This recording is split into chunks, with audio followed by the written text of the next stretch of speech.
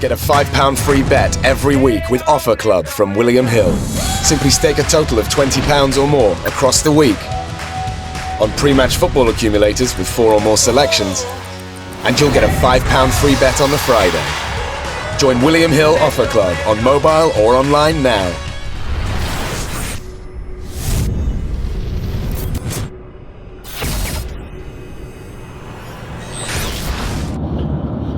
This is KUGAN CASSIUS for AFL TV. Mate, what was that? Sheffield. No. Sheffield? Well, no, Rotherham, really. No, Liverpool. That is the worst accent I've ever heard. No, that's Liverpool and Sheffield mixed into one. Okay. Shocking. Let's try again. KUGAN CASSIUS for AFL TV. No. No. Awful. You ain't the best accents. I'm a good impersonator, actually. Can you do accents though, or can you do impersonations? But better impersonations, I think. But So, I did, remember, listen, you know, I did Richard Schaefer once. I don't think it went down very well. So no, he saw it and I don't think he was impressed. people get the hump. Do Schaefer. Here we are. Get ready for the show this weekend. Get your popcorn ready. We have some great undercard action in the Chief Support event. We have our big prospect. He's 24-0. He is facing off in the toughest fight of his career against his opponent, who is 3-16. Get your popcorn ready. Sorry, Richard. I know you're coming back in boxing, so don't kick my ass when you return. You know what? This is pretty good. Let me reel off some random names and let's see if you can do the impersonation. Yeah, but I don't want anyone to get the hump. Nah, they It's all won't. in good jest. Yeah, of course. Okay, let's go. Nathan Cleverley after he won the other night. You know, I broke him down, and I knew, he's a 38-year-old man. I've done the bit when he fought Bellew. He's too fat. He's too slow, right? Yeah, he's not an athlete, right? He's fat. You know, Brahma, he's 38 years old. I broke him down and I could feel him. You know, I could feel his heart breaking every single round. I've never done Cleverley's wrong before. Kilbrook. Babbe. Listen, right? Now that I've had it with Golovkin, I want them all. I want Cotto. I want Canelo. I want that bitch Khan. Yeah? These are the fights I want. Eddie. Make 'em, Babbe.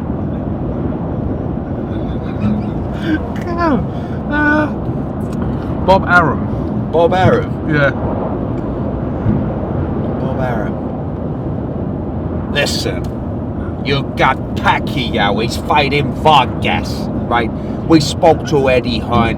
Listen, with that whole thing in Europe with the Brexit thing, that fucked them up the ass, right? The fucking exchange rate went from 160 to 140.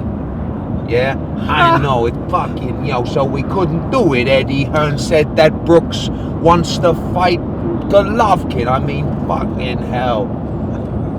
Golovkin.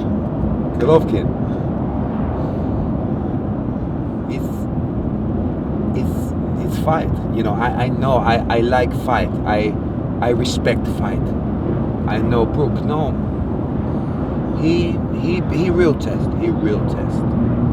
And I know I respect boxing. Eubank. Which one? Oh man. When I'm boxing,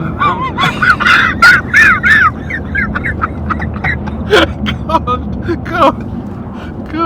This is the warrior's code. This is boxing. This is the sport.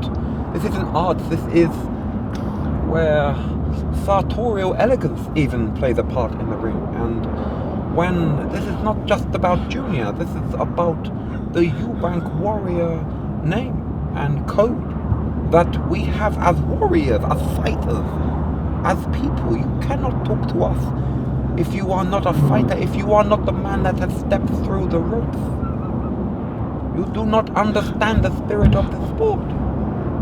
And I will tell you, that when my son wins a world title, it will not be my son winning a world title. It will be me winning a world title. Chris, I'm sorry if you watched that. You know, I've got all love for you. All love for you. Joshua.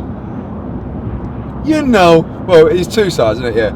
So there's the AJ that's like, you know, AJ, here we go. But normally it's like,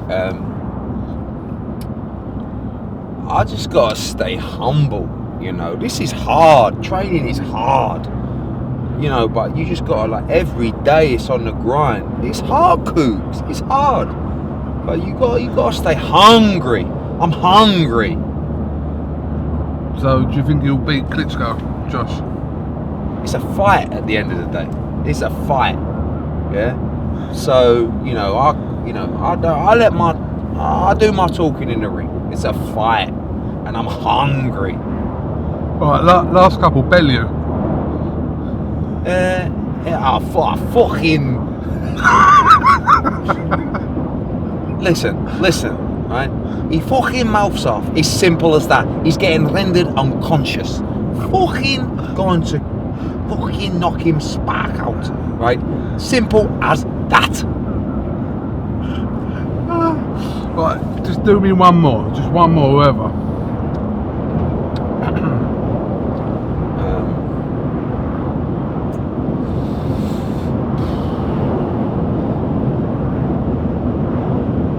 I've never tried Amir, but I could try Amir. The thing is, yeah, right? Like Kell Brooks, yeah. Who's the other, like No Dan, yeah? Like the other geezer, Bizier, right? He'd never fought anybody. Like Golovkin, who's he? No, Golovkin. Nah, it's not very good, that one. Can't do that one. I can do Team Calm fans. Eddie, yeah. When is you gonna put Brooks in with someone that is not a bum? Yeah, don't even talk about Amir. Yeah, because I'm Team Khan, innit? That's what I normally get. I'm running low. That's good. That's good. Do you think you can do Adam Smith? Do you know what I like about Adam Smith is? So he goes like this, and then as the camera goes, they go 3, 2, 1. He goes, hello. Some people have got some really good Frotch impressions, but I don't think I can do it. Frotch is hard one to pull off, Yeah. I think. No, I'll tell you who does a great Frotch impression. He's Jimmy Mack Jr. No, Tom. You know, Jimmy Mack's son. Does a great impression. What about Jim McDonald? Oh, Jim McDonald. Jim McDonald's easy. Right, so Jim McDonald. Jim, you know, James DeGale, big fight coming up. You know, we know you speak very highly of him. Listen, right, James, he's a 15-round fighter. He's had the best camp he's had so far, right, in his whole time. Let me tell you about James. We went out the other day. You know, people do the 400-meter track sprints, right? How many do you think he done? I don't know, Jim. 4. No, seriously, how many do you think he's done? 5. Don't be silly. How many? 12? Obviously not. I'm telling you now, he is so fit at the moment, James. He is doing 15 rounds in the sparring. He's on another level. He's on another level, James is. He's the best super middleweight in the world. He's a 15-round fighter. That's good. Lever does a good one at all. Yeah. Ah, well, listen, that was fun. Yeah, it killed a bit of time. 8 minutes. 8 minutes of impersonations. Yeah, 8 minutes. Right, where to start? Start from a little bit on Germany. Yes. Go on then, Nathan Cleverly. And the new light heavyweight champion of the world. Go on, Boyle. Go on, Boyle. Go on, Clev. Hello, Boyle. Great night. We've been to Germany now 3 times, 4 times. Darren Barker against Felix Sturm, Paul Smith against Abraham twice, and Martin Murray against Abraham. Left with no cigar every time. I spoke to Darren and Clev, and they just said, look, we're just going to have to stick it on him every single round. He's 38 years old, 37 years old, and you've got to break his heart, and that's exactly what he did. And I'm not saying he didn't have a bad elbow, because he did, but I know that Nathan wouldn't have quit with a bad elbow. He wanted that win badly. And just, you know, when I saw him go back after the 6th round, I thought, he's Donald Ducked here. And he just looked at his call and he went, no, got up, said to the ref, no, I'm done. And when I got in the ring at the end, he looked knackered, Bramer. I think Nathan just pestered him. I think he just wore him out. So it was a great win. And onwards and upwards for Nathan Cleverly. It's an incredible resurgence. And, you know, we talked the other day about fighters who, that we've brought back. You know what I mean? Yeah. So brought back, but it was tough times for him after that Cleverly Bellew 2 fight because it was naff. It was a naff fight and it was pay-per-view. And he got a lot of stick. He went away. He boxed Von Farah. He put up an incredible fight. And then he went and beat Jürgen Bremer in Germany to become a 2-time world champion. And I'm really pleased for Nathan Cleverly because he wanted that bad. If you would have seen him in the change rooms, you would have known how badly he wanted that fight. He wanted it bad. And yeah, fantastic. Great win after a couple of rough weeks. You know, obviously Kell lost and Crolla lost his world title. And Nathan pulled it out of the bag. Next for Cleverly would be probably rematch. The rematch. I mean, there's a rematch clause, so. But Bremer is 37. If he's really damaged his elbow bad, he'll probably need an op. And if that's the case, maybe he won't fight till next summer. So, you know, we'll speak to Calla and see what they want to do. More than happy with a rematch. I think it's an easier fight in the return. So yeah, we shall see. Been with Tony Bellew today, ahead of next week, 15th of October. Huge card. Yeah, good form, ain't he, Bellew, today? Good form. Never a dull moment with Tony. Wears his heart on his sleeve. The only thing he's got to be careful about in this fight is he really wants to do a number on BJ Flores. And how many times have we seen Tony get worked up on fight week and then not deliver? In fact, against Makabu, he was quite chilled, and you know, look what he done. So he's just got to, you know, just stay calm against Flores. Obviously, I think Hay will be there. You know, we reached out to Hay's team yesterday and said, "Do you want to do the Bellew fight in February? Let us win on Saturday. We'll do that fight at heavyweight." I expect Hay to be around on fight week. I guess he'll be at the show with his friend BJ Flores. So it's going to be a nice, interesting fight week and fight. And I know most people are expecting Tony to beat Flores well. I think it's a good fight. And Flores had a great camp in America. Press conference will be on Monday, nice and early in the week. So let's see what he's got. I know we spoke about this before, but you got his mandatory fight in the bill as well. Yeah, Bradis, it's a really good fight actually. Bradis is fighting Simon Vallily, huge chance for Simon Vallily. Let's see what he's about as well, and see what Tony decides to do with Bradis and with Hay and, you know, etc, etc. Okay. Press conference for that is on Monday. Yeah. So Campbell against Matthews, a fight I'm really looking forward to. Ryan Burnett against Ryan Fagg, another fight I'm really looking forward to. David Price is on the card, Fielding, Masha Dodd, Scott Fitzgerald, Bradis against Vallily, Tom Farrell. Oh mate, it's a rammed card. It's about 15 fights. Can you just clarify the David Price, David Allen situation? Yeah, so I spoke to MGM and Sowlands about making that fight. I spoke to Dave Allen. He wasn't really fit, but he was like up for it because, you know, I think he wanted the dough and he liked a challenge. And then he said yes, and then it sort of ran on for a week, and then he turned around to me and said, "Look, I'm about 22 stone at the minute, so it's probably best I don't fight," which I think is the right decision. And I'm going to try and make that fight for the Joshua undercard now. Dave Allen against David Price. Okay. David Price, obviously, who fought last weekend, will fight again. He will. I'm looking for a better opponent. Obviously, that wasn't my pick last week, but, you know, Pricey needs rounds under his belt. And I know he's in a tough position because he's calling out the big fights. And when you have fights like that, people are going to give you stick, but he doesn't really want fights like that.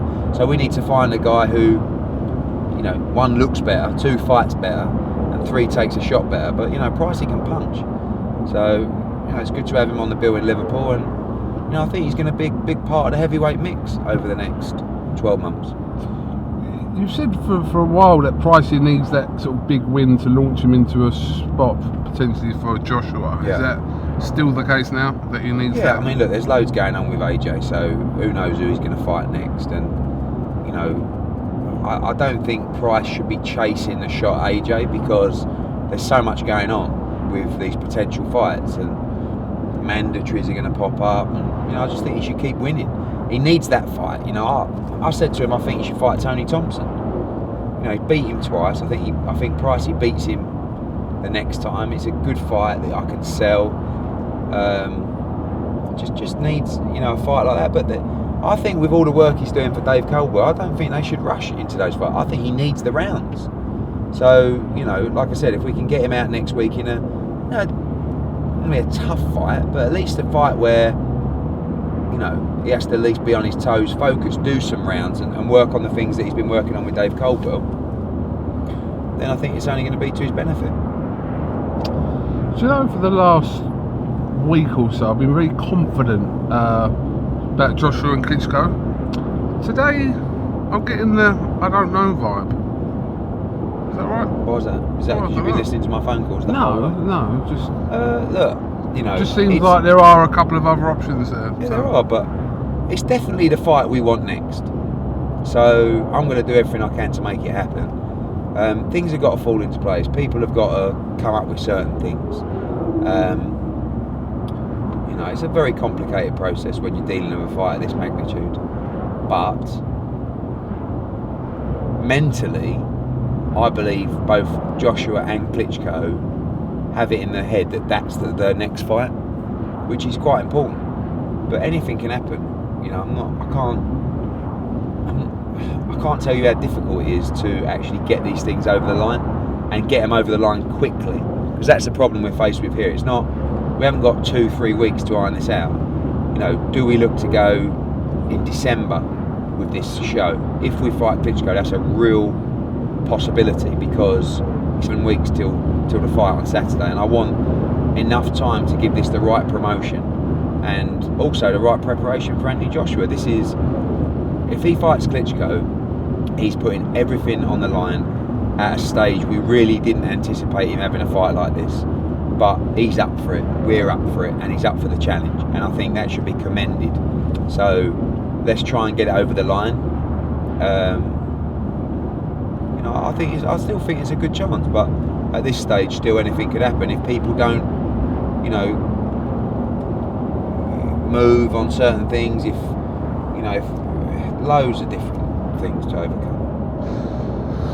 If the fight is to happen, is the only place it's going to take place in Manchester? No. So there are other options, but Manchester is our preferred choice. The O2 is not an option. So what about the Millennium Stadium? That is unlikely to be an option. Very unlikely to be an option. So have you got options other than Manchester and Cardiff? Yes, but not necessarily ones we want. Okay. And obviously the date, this could be the 26th of November, it could be the 3rd, it could be the 10th. Correct.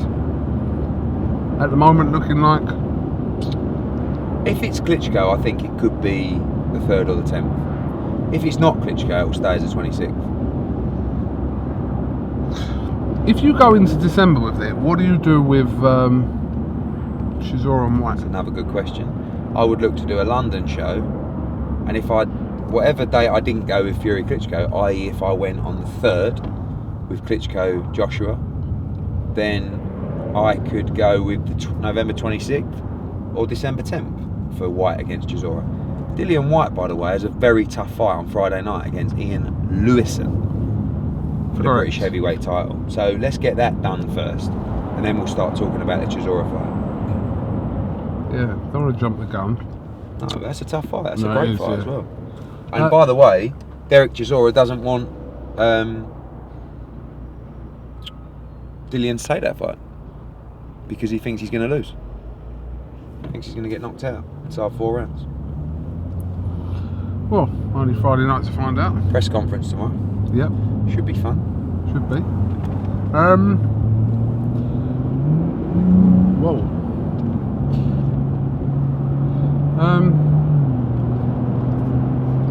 I know we have spoken about this, but so many things have happened ish. Fury. Yeah. What? You end up getting me in trouble here. No, just from Twitter. That's it. Because that's all we know on that side of it. What do you want me to say? What are you asking me? Well, he kind of retired, come back, Yeah, look. just having a game.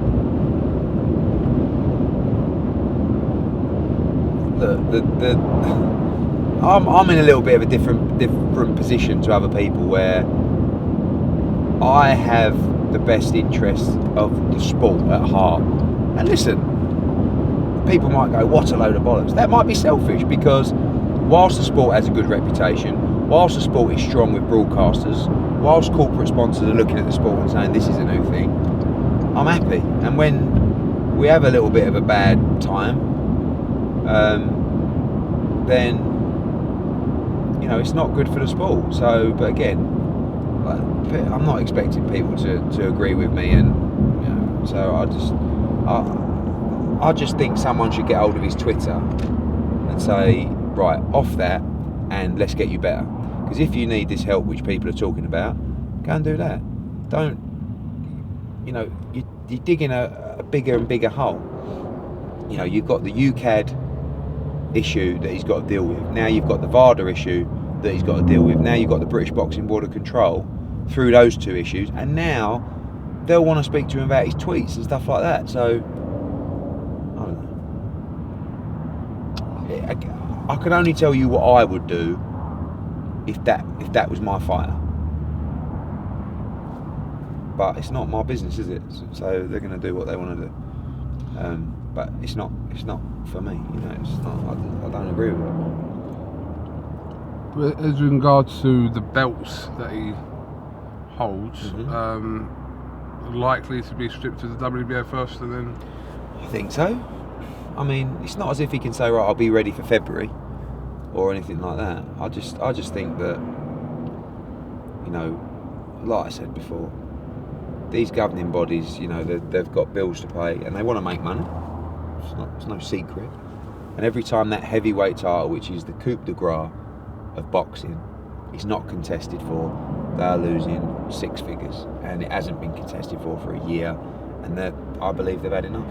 But again, it doesn't matter what I think. I'm not going to be the one making the decision. I'm just telling you what I think is going to happen.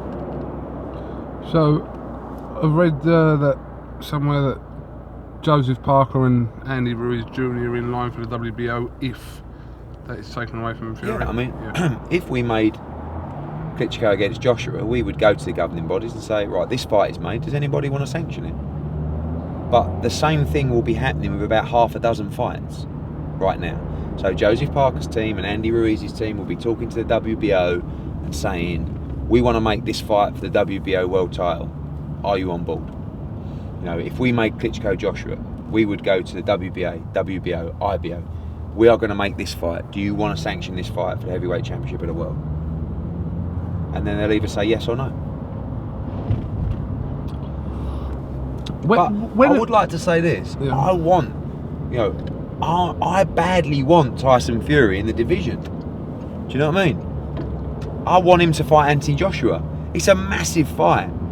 So it's the biggest fight we can have here, yes, isn't it is. Yeah. So I want to see him back in the sport.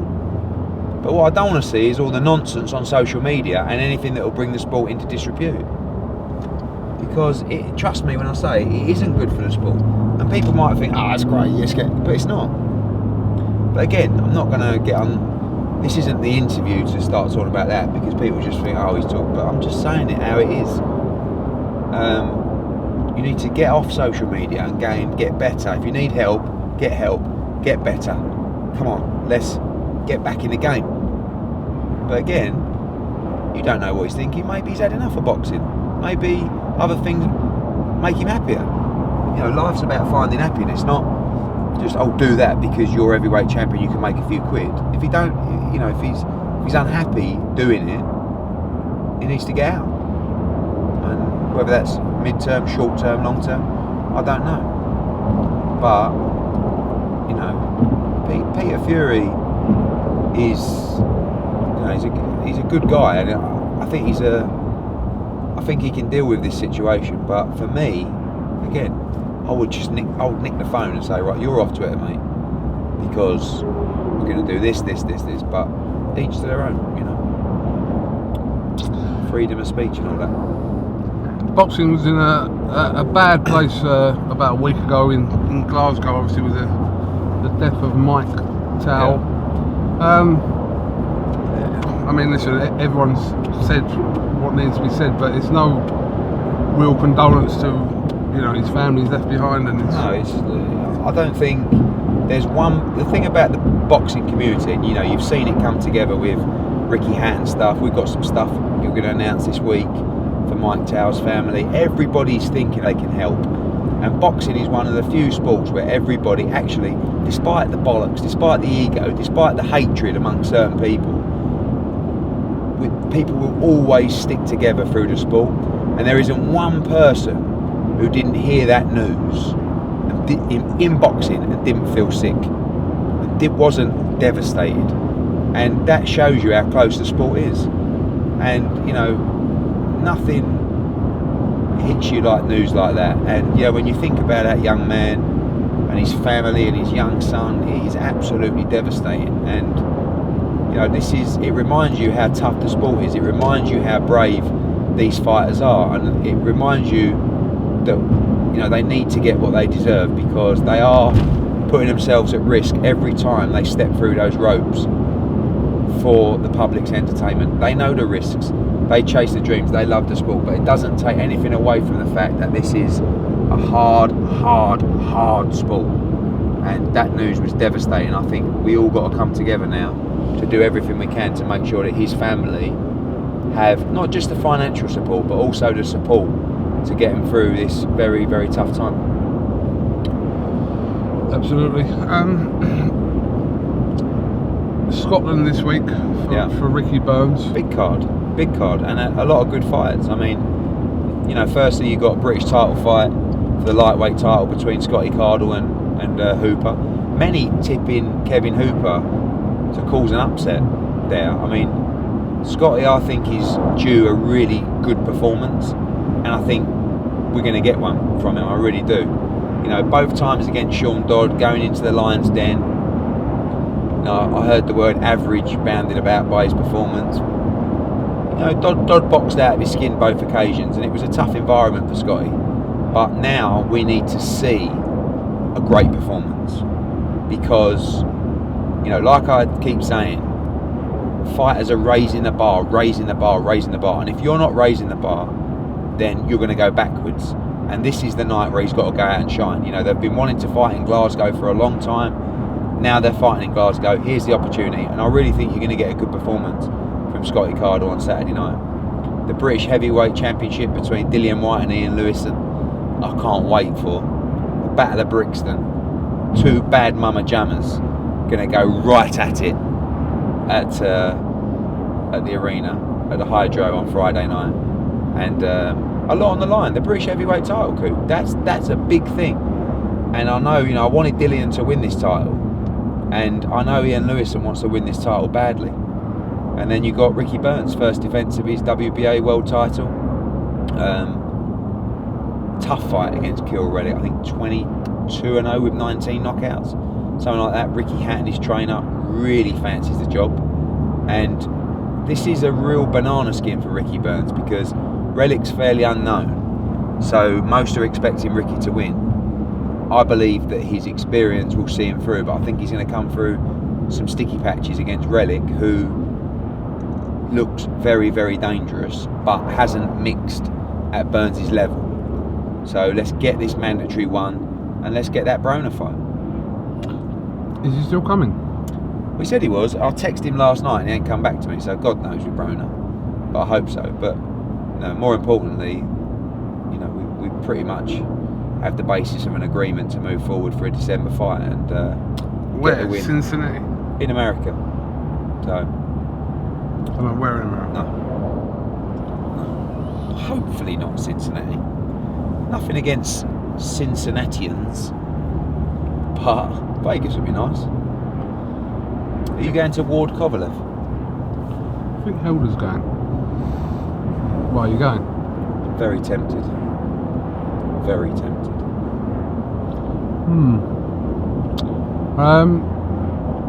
Right. Have you got anything else you want to add, obviously, before tomorrow? Not really, no. Do you want to do a couple more impressions then? But the thing is I think it was semi-decent before, and if we start looking for more, then... Just one more. Who?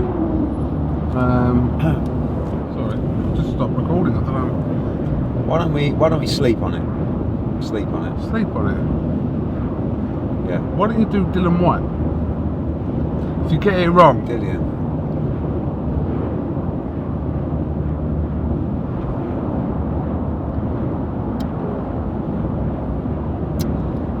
This guy, man, he's like some fat loser, you know. Oh, you shut up. Listen, I always looked at this guy and said, one day I'm gonna smash his face in. So listen, this guy wasn't very good, was it? See, now you've killed it, Coop. I just can't wait to do it to see it, and then see you tomorrow. Yeah, but that's not a very good one. Do you want to end it on? Come on.